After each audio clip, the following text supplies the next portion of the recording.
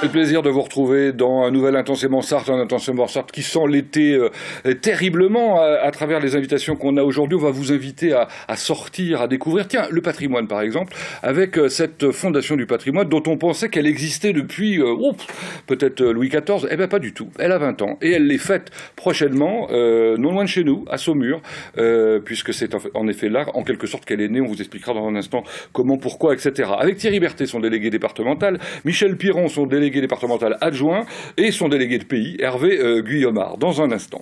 C'est bien sûr portes ouvertes. Ensuite, certains jours, Sarthe toujours, dans lesquels on vous proposera de participer à des événements ô combien importants, l'un dans le nord, l'autre dans le sud de la Sarthe. Le premier justement marché du terroir, de l'art et de l'artisanat, ça va se dérouler à Vivoin. Pour nous en parler, nous aurons Jean-Pierre Lechat sur ce plateau. Et puis Sarthe toujours avec quelqu'un que vous connaissez évidemment, puisqu'il en organise depuis fort longtemps des manifestations. C'est dans le sud, dans un charmant petit village viticole. Vous avez deviné qu'il s'agissait de la Chartre-sur-le-Loir, bien évidemment. Et lui, c'est Armel Labbé. Il viendra avec quelqu'un que j'imagine Hervé Guyomard connaît très bien, puisqu'il s'agit de Jean-Marie Guivarch qui dessine merveilleusement les voitures. On en verra quelques exemples tout à l'heure, puisque c'est l'invité d'honneur de cette 34e édition des Puces Antiquités et Artistes. Enfin, nos invités nous parleront d'événements intensément sartois, puisqu'il s'agit de ce qui va se passer tout au cours de cet été au Mans, le Mans l'été. Alors, je me suis dit que j'allais parler de l'ensemble de ce qui allait se passer, c'est impossible. Il y a énormément de choses dans des tas de domaines différents. On va se concentrer sur deux des domaines, le patrimoine aussi, toujours, décidément, on aime ça. D'ailleurs, vous avez noté que Vivoin-la-Charte, c'est pas mal en matière de patrimoine aussi.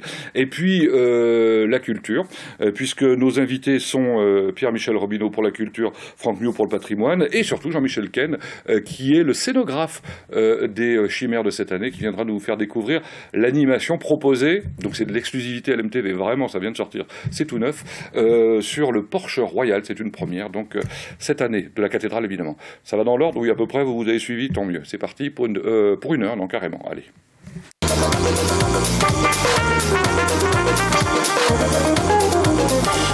Thierry Berthet, bonjour. Bonjour. Vous êtes le délégué départemental de la Fondation du patrimoine. C'est bien pour ça. La Sarthe, oui, effectivement, depuis 2 ans maintenant. Il y en a partout, dans tous les départements Oui, la Fondation est une organisation nationale qui est subdivisée en organisation régionale selon la carte de géographie qui vient de changer d'ailleurs des régions, et avec des subdivisions départementales. Et donc la région des Pays de la Loire est organisée avec ces 5 subdivisions pour les 5 départements. Alors vous êtes bénévole comme tous les autres. Bien sûr. Oui. Voilà, comme nos deux membres de l'association qui sont donc Michel Piron, bonjour. Délégué départemental adjoint, j'ai eu l'occasion de vous recevoir ici. Oui, pour nous en parler. On a déjà parlé de la Fondation ici, tout à fait. Il y a quelques années, pour nous expliquer un peu tout ce qu'on y faisait. Donc, vous avez l'air de vous y plaire, vous y êtes depuis un moment aussi. Oui, depuis 2005. Alors vous occupiez de patrimoine, j'allais dire plus que... Professionnellement aussi. Oui, et plus que contemporain, parce que vous les montiez, en l'occurrence, les maisons plus précisément, les bâtiments. Il y avait des projets de logements neufs, mais il y avait aussi des restaurations. Ah oui. Et puis du bâtiment industriel aussi. Rappelons que c'était la Sécos. La Sécos, oui. Ah, c'est ça. Et à vos côtés, quelqu'un qui en a monté les bâtiments, musée de l'auto, entre autres, par exemple. Hervé Guyomard, bonjour. Bonjour. Le patrimoine, vous y connaissez aussi. Alors c'est intéressant d'ailleurs, parce qu'on va le découvrir, la Fondation du patrimoine fonctionne aussi sur l'automobile. Absolument. Et j'en suis un des responsables nationaux. Ah d'accord, très bien. La Porsche 917 oui, ça c'est à moi. Ça, a été soutenue, entre autres, par la Fondation un beau dossier. Du patrimoine.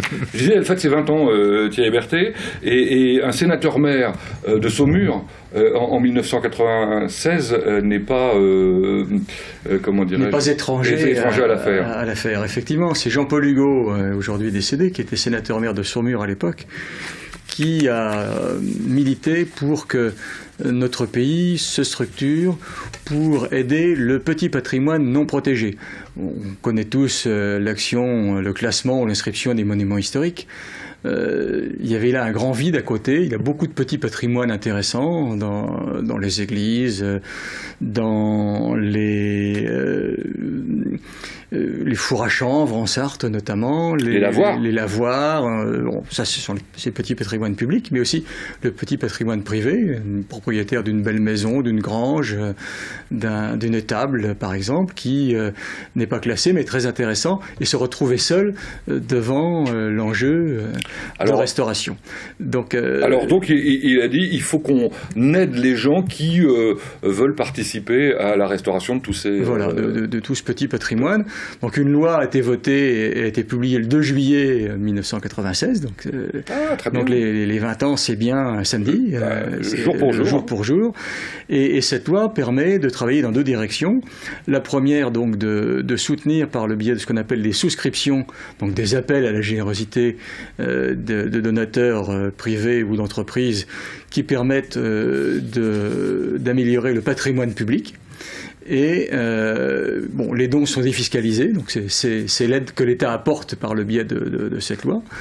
Et à côté de ça, parallèlement, donc, les personnes privées peuvent bénéficier de labels de la Fondation pour restaurer, et non pas rénover, bien restaurer selon les règles ancestrales. Label qui vaut ou non des incidences fiscales, ça dépend... Voilà, suivant qu'on est imposable ou pas. Si on n'est pas imposable, on a une subvention à la place, évidemment, d'un allègement d'impôt dont on ne pourrait pas bénéficier.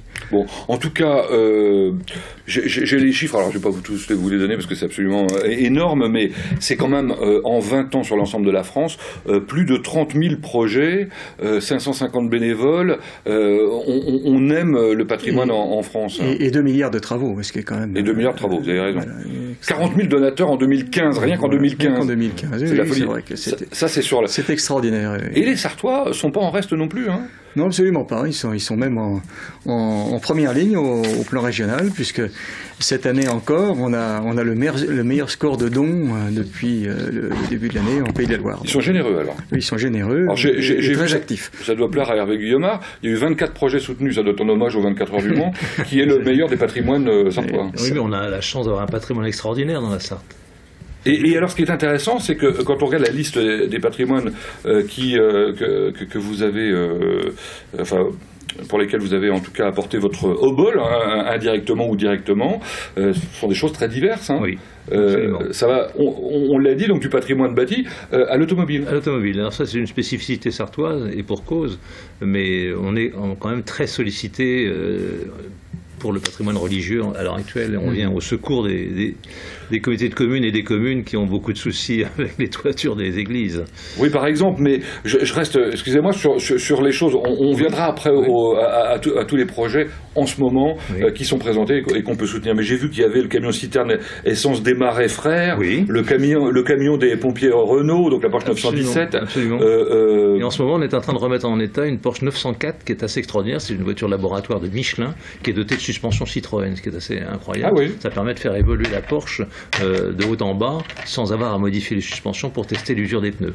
Quand un donateur apporte de l'argent à la fondation, est-ce que c'est fléché, ou est-ce que c'est de l'argent pour la fondation en dehors des souscriptions, puisque les souscriptions c'est clair. Il apporte de l'argent pour un projet. D'accord. Obligatoirement. D'accord. Pour un projet, et ce projet qui fait l'objet de la souscription, donc son don est affecté. En retour, il reçoit un reçu fiscal qui permet d'alléger ses impôts, puisque nous sommes une association d'utilité publique. Alors Michel Piron, au regard de votre passé professionnel, j'imagine que vous connaissez évidemment tous les maires de toutes les communes, alors même s'ils changent régulièrement maintenant. Enfin, je suis en retraite depuis 13 ans, donc il y a certains maires qui ont changé quand même. Mais c'est quand même vous... Mais je connais... Non, ce que je voudrais, j'en profiterai peut-être pour dire un petit mot concernant les maires, justement. Oui. Parce qu'on intervient dans des toutes petites communes, je vais citer par exemple Courcival, Douillet-le-Joli, Louvigny, exactement. Souvigné. Et ces maires vraiment se défendent pour obtenir des dons. Et ils méritent vraiment un coup de chapeau. Alors, il faut dire que vous leur proposez aussi une solution intéressante, la souscription. Oui. Ça fonctionne comment ? Il y a la souscription. Alors, quand on lance une souscription, on fait un petit peu de publicité, bien sûr, avec les journaux locaux, mais on n'a pas de budget publicitaire nous-mêmes. Mais on fait appel, effectivement, aux journalistes locaux. Et puis le maire, va voir les entreprises, va voir les particuliers, fait des lettres à tous ses administrés pour justement obtenir des dons et ça marche. Et on organise parfois des manifestations pour faire connaître le projet, pour renforcer encore la quantité de... Le secret de la réussite, c'est la proximité, quoi, en quelque sorte. Oui, et faire connaître son projet, le faire aimer et susciter l'enthousiasme et l'adhésion. On a reçu ici le maire de Saint-Michel-de-Chaveigne qui est venu évidemment nous parler de ce joli projet de restauration de la stèle et de la statue d'Hélène Berthaud. Absolument. Oui, voilà. Qui fait partie des 24 projets en ce moment que l'on peut soutenir. Tout à fait, oui. En Sarthe. Oui, puisque les travaux ne sont pas tout à fait terminés, donc tant que ça n'est pas terminé, on peut donner. Bon, vous avez cité quelques petites communes. Bon, il y a beaucoup d'églises effectivement dans ce que l'on voit là. Il y a des tableaux aussi, hein, par exemple le tableau du retable de l'église de Beaumont-sur-Sarthe. Mais il y a aussi carrément le château de Ciel-Guillaume. Alors, vous avez évoqué le fait tout à l'heure qu'il n'y avait rien pour ce qui n'était pas classé par les monuments historiques, mais j'imagine que le château de Ciel-Guillaume est classé au monument historique. Il est classé. Nous avons obtenu une autorisation spéciale pour faire une souscription avec Ciel-Guillaume. En contrepartie de quoi, nous ne verserons pas de subvention complémentaire à la souscription, puisqu'il est déjà aidé par ailleurs. Évidemment. Et il s'agit en plus d'une partie du château, puisqu'il s'agit du remplacement des menuiseries existantes. Bon, vous jouez également sur le patrimoine, j'allais dire musical, puisqu'il y a les grandes orgues de l'église Notre-Dame de Sainte-Croix. Voilà. Où un certain nombre d'entre vous étaient peut-être... Non. Enfin, c'est à côté, lycéen à Sainte-Croix. Oui, parce que j'ai vu qu'il y avait aussi quelque chose pour le château du lycée de Sainte-Croix. Le petit château où Saint-Exupéry a été élève. Et c'est un projet, j'ai mis 8 ans pour le voir aboutir. Mais ça marche très très bien. Là. Bien sûr, les anciens élèves ont quelque argent, je suppose. Et c'est vrai que c'est une souscription qui marche très bien. Est-ce que vous avez demandé à notre marin de Sainte-Croix, comment il s'appelait? Je cherche le nom. Le marin. Ben oui, enfin bon, ça me reviendra tout à l'heure, c'est dommage. Oui, enfin, il y a Kersozon, voilà, c'est ça. Kersozon, oui, c'est vrai, il y a Kersozon. Peut-être a-t-il été sollicité. On a un projet assez extraordinaire. Enfin, c'est le seul, un des rares que l'on puisse signaler à cet égard, c'est celui de l'église de Loué. Le plafond s'est effondré sur l'orgue.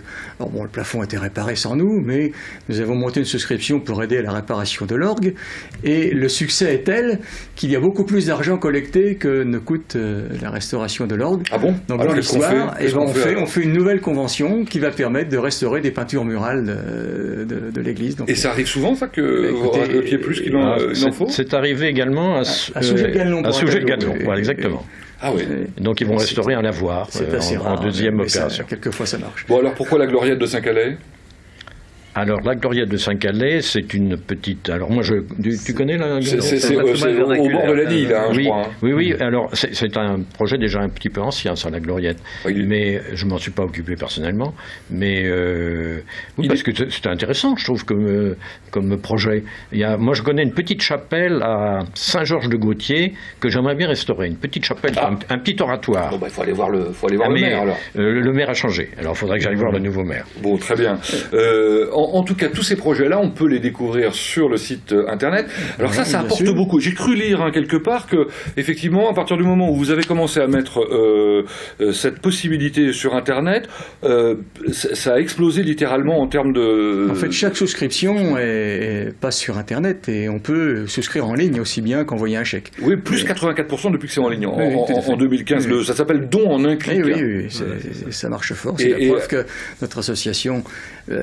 qui est jeune encore, mais qui s'intéresse à des vieilles choses, fonctionne avec des moyens modernes. Ah bah carrément.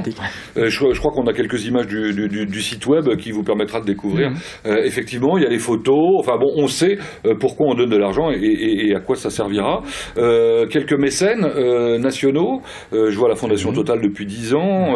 Bettencourt-Schuller également. Motul, JC Decaux, RTE. RTE maintenant, et on va d'ailleurs soumettre à RTE le projet de restauration de la rotonde de Montabon, qui est porté par une association qui vient de se réorganiser. Nous bien monter un club de mécènes sartois. Et ben voilà. Donc on est en faisant l'appel. Absolument. Donc l'appel est lancé. Très bien, club de mécènes qui pourrait vous accompagner sur les tas de projets que vous avez, puisque ça marche bien et que les Sartois veulent bien participer. Vous vouliez rajouter quelque chose avant qu'on conclue? Je voudrais juste dire deux choses. La première, c'est que nous avons un mécène qui nous aide depuis toujours, c'est le conseil départemental de la Sarthe, qui nous aide aussi bien en fonctionnement qu'en investissement, ce qui nous permet de subventionner des projets. Et puis dire que, surtout insister sur le fait qu'il s'agit de restauration et non pas de rénovation. C'est-à-dire qu'il faut retrouver les techniques anciennes, restituer ce qui était en état initial. Et pour ce faire, nous avons le conseil du CAUE, bien sûr, mais surtout le contrôle technique de l'architecte des bâtiments de France. C'est-à-dire qu'on ne délivre pas un label, on ne signe pas une souscription sans cet accord technique puisqu'il s'agit d'engager de l'argent public, finalement. C'est un gage de sérieux, incontestablement. Vous allez faire une grande fête, vous allez recevoir l'ancien ministre de la Culture, oui, Jacques voilà, Toubon. qui était le ministre de la Culture quand le projet a été soumis au Parlement. C'est pour ça qu'il est invité. C'est l'homme de la situation à l'époque, celui qui a fait débloquer et qui a soumis le projet de loi au Parlement. Et vous parliez à la fois de tradition et de modernité. J'ai vu que dans le programme, la modernité était tout à fait présente, puisqu'on parle de slow motion, on parle de choses, enfin bon, bref, des techniques de spectacle, etc. Tout à fait au point. Aujourd'hui, vous participerez aux randonnées ou aux visites qui ont lieu l'après-midi à vélo, à pied ou en autocar. Un peu au prou, bon, être franc, très bien. Bon, évidemment, j'imagine que c'est pas ouvert au grand public, hein, c'est sûr. Si, mais on peut encore s'inscrire sur le site de la Fondation pour participer à ces promenades, parce que Saumur, c'est à côté de chez nous, voilà, qui sont très intéressantes parce que, en fait, chaque parcours va passer devant des projets labellisés par la Fondation, que ce soit des projets publics ou des projets privés. Merci messieurs d'être venus nous parler de la Fondation du patrimoine, et puis merci et bravo aux Sartois, continuez comme ça, c'est parfait pour le département. Sarthe un jour, Sarthe toujours. Dans un instant, juste après, on parle de terroir, d'artisanat, d'art, de brocante, d'antiquité, enfin, plein de choses intéressantes.